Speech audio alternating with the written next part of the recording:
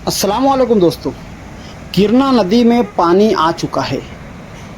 चंकापुर dam से हमारे शहर गिरना नदी में पानी छोड़ा गया है और अल्हम्दुलिल्लाह अल्लाह तबारक व तआला का एहसान है कि इस वक्त हमारी गिरना नदी पूरी आब व ताब के साथ बह रही है। इतना ही नहीं, मौसम नदी में भी पानी छोड़ा गया है, यानी अल्लाह तबारक व तआला की रहमतें हम पर बरस रही हैं और ये बेशक अल्लाह तबारक व तआला का एहसान व करम है।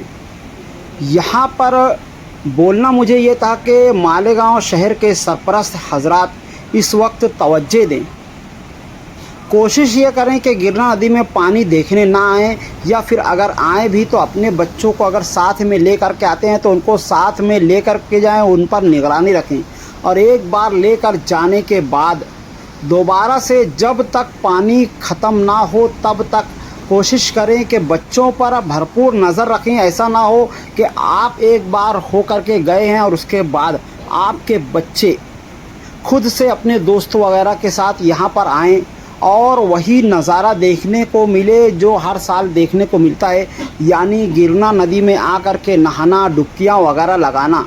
जबकि हम सब ये सब अच्छी तरह से जानते हैं कि गिरना नदी कोई फ्लैट नदी नहीं है। यहाँ से रेती चोरों ने, रेत माफिया ने रेतें चुरा चुरा करके यहाँ की सरज़मीन को खोखला कर दिया है। जगह जगह पर पत्थर, कपार वगैरह बन चुकी है, जिसकी वजह से इस नदी में नहाना किसी भी तौर से ख़तरे से खाली नहीं है।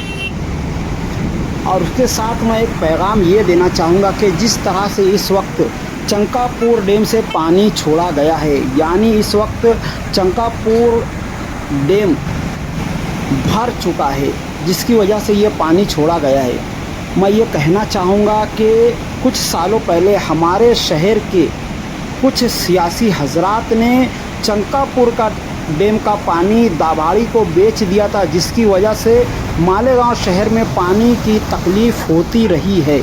साल भर हमने देखा है कि 2 दिन नागे से पानी आता रहा है और उसके बाद गर्मी की आमद होते ही 3-4 दिन और 5 दिन नागे से भी पानी आया है, और जहाँ पर पानी आया वहाँ पर गंदा आया है या नलों में कम पानी आया है, जिसकी वजह से कई लोगों को घरों पे टैंकर मंगवाना पड़ा है या फिर बोरिंग वगैरह से खारे पानी से अपनी ज़रूरतों को पूरा करना पड़ा है। पर जिन लोगों के पास टैंकर वगैरह मंगवाने के पैसे नहीं हैं या जिन महलों में, गली में बोरिंग वगैरह ना हो, उनका क्या। और उसके अलावा हमारे शहर के जो सियासी रहनुमा हैं वो इस जानिब बिल्कुल भी तवज्जो नहीं दे रहे थे।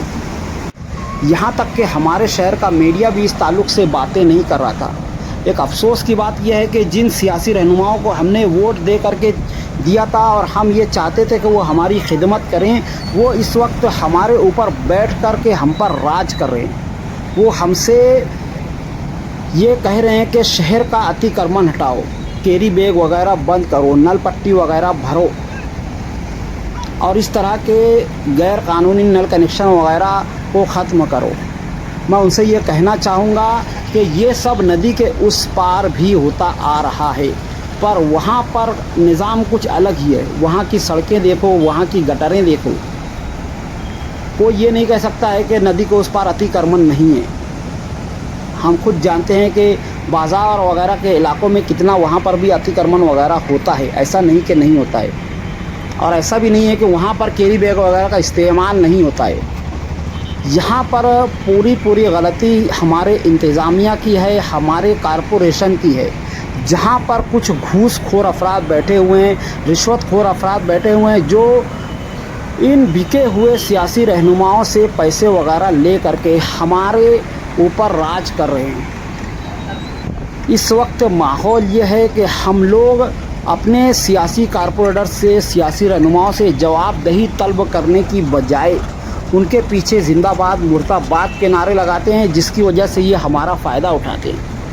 होना ये चाहिए था कि उनको आवाम से डरना चाहिए था।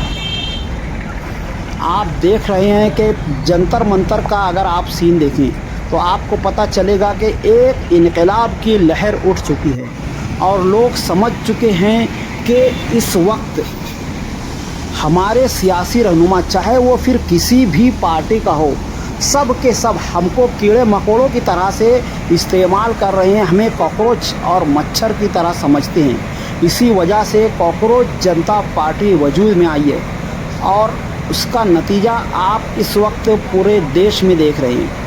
और हमारे इन नौजवान हजरात की आवाज़ इस वक्त पूरी दुनिया में गूंज रही है। ये इनकलाब हमारे शहर में भी आना चाहिए और हमारी इंतज़ामिया के ताल्लुक़ से हमें भी एकजुट होकर के इस ताल्लुक़ से आवाज़ें उठाना होगा। तभी हमारे शहर का नक्शा बदली होगा, तभी हमारे सियासी रहनुमाओं के अंदर आवाम का डर बैठेगा और उनको काम करने की फ़िक्र होगी। इस वक्त हो रहा है उल्टा, मीडिया डरी हुई है, आवाम खामोश है और जिसका पूरा फ़ायदा हमारे शहर के सियासी कारपोरेटर, सियासी रहनुमा उठा रहे हैं और वो जिस तरह से चाह रहे हैं उस तरह से छछन कर के हमारा ध्यान बटा रहे हैं। और शहर के जो बुनियादी मसाइल हैं, रोड, गटर और बच्चों की तालीम, इसके ताल्लुक़ से उन्होंने अपनी आँखें बंद की हुई हैं।